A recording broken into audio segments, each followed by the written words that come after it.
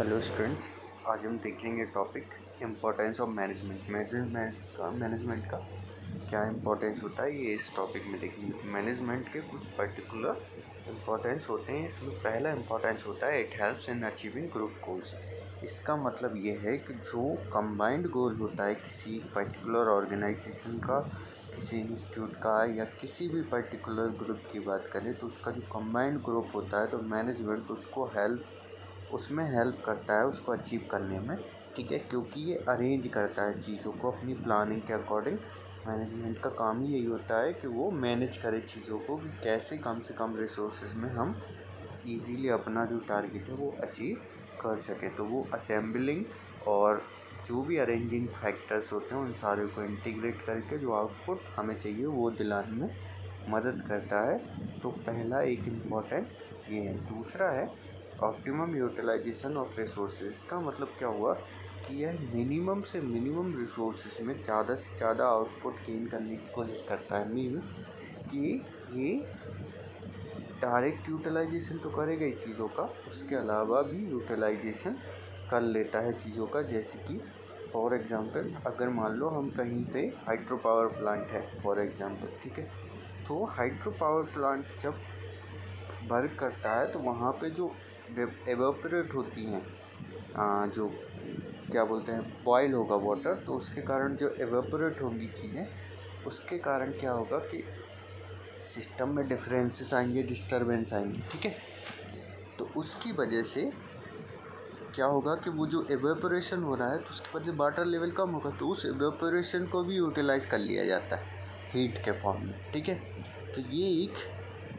तरीका होता है कैसे हम कम से मतलब अपने अवेलेबल रिसोर्स को कैसे हम ज़्यादा से ज़्यादा यूटिलाइज कर सके। हर सेंस में जो वेस्ट बच रहा है इवन उसको भी यूज़ कर सके, कम से कम एम्प्लॉय लगा के ज़्यादा से ज़्यादा वर्क करा सके, मिनिमम मशीनरी ज़्यादा यूज़ करे as compared to human worker. उससे ऑप्टिमम यूटिलाइजेशन ऑफ रिसोर्सेज होता है। तो दूसरा काम ये होता है, इम्पोर्टेंस ये होता है इसका, किसका, आपका मैनेजमेंट का।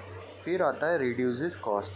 ठीक है, तो ये तीसरा और मोस्ट इम्पॉर्टेंट चीज़ है कि ये कॉस्ट को भी रिड्यूस करता है। ठीक है, जैसे आप बात करो कि अगर मान लो मैं कोई काम है जो आइडियली 3 लोगों से होता है और हम प्रैक्टिकली उसको 5 लोगों से कराते हैं। कोई ऐसा मैनेजर हो चीज़ों को जो मैनेज करे और वो उस वर्क को ज़्यादा से ज़्यादा इफ़ेक्टिव वे में कम से कम टाइम में कर दे। क्लियर हो रहा है ना? तो वो कहलाएगा इफ़ेक्टिव यूटिलाइजेशन ऑफ रिसोर्सेज। और उसके कारण ऑब्वियसली कॉस्ट कम होगी, क्योंकि हम वेस्ट जो जा रही हैं चीज़ें उनका भी यूज़ करना सीख जाएंगे, तो ऑब्वियस सी बात है कि कॉस्ट रिड्यूस होनी ही होनी है। ठीक है, तो ये एक इम्पॉर्टेंट फैक्टर हो जाता है। इसके बाद आता है एस्टेब्लिश साउंड ऑर्गेनाइजेशन। इसका मतलब क्या हुआ कि जब मैनेजमेंट किसी पर्टिकुलर जगह पे अच्छे से वर्क करेगा तो ऑब्वियस सी बात है कि वहाँ का जो संस्था है, जो ऑर्गेनाइजेशन है, वो भी उसी तरीके से ग्रो करेगी। अगर मान लो मैनेजमेंट बेकार है तो आप 50 लोग भी लगा लोगे तब भी कोई मतलब नहीं। अगर मैनेजमेंट अच्छा है तो आप 10 लोगों से भी वही 50 लोगों जितना काम भी करा लोगे और आपको कोई प्रॉब्लम भी नहीं होगी। तो ऑब्वियसली ये साउंड करता है ऑर्गेनाइजेशन को, मीन्स उसको भी ग्रो करने में मदद करता है। फिर इसके बाद आता है, ठीक है, इसके बाद आता है एस्टेब्लिश इक्विलिब्रियम। इक्विलिब्रियम मतलब कंडीशन वो होती है जब हम बैलेंस पोजीशन में हो, ना इधर जाएं ना उधर जाएं, हम एक कांस्टेंट स्टेट पे आ जाएं। ये कब हो सकता है? जब हम कोई मैनेजमेंट के थ्रू वर्क करें।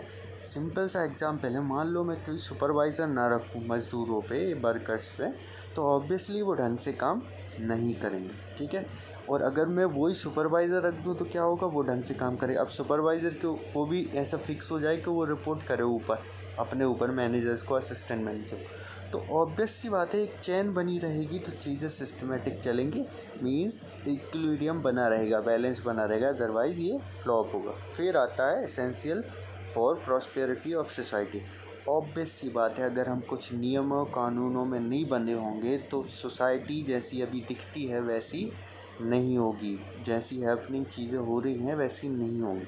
तो ऑब्वियस सी बात है कि हमें क्या चाहिए कि मैनेजमेंट एक प्रॉपर वे में चलता रहे कि चीज़ें, सिस्टम सोशली भी हम प्रॉपर मैनर में चलें और एज ए वर्किंग कल्चर भी हम प्रॉपर मैनर में चलें, तो हमें ये समझ में आता है कि मैनेजमेंट एक ज़रूरी पार्ट है किसी भी सोसाइटी के लिए। तो ये कुछ इम्पोर्टेंस होते हैं जो किसको रिप्रेजेंट करते हैं, मैनेजमेंट। Thank you.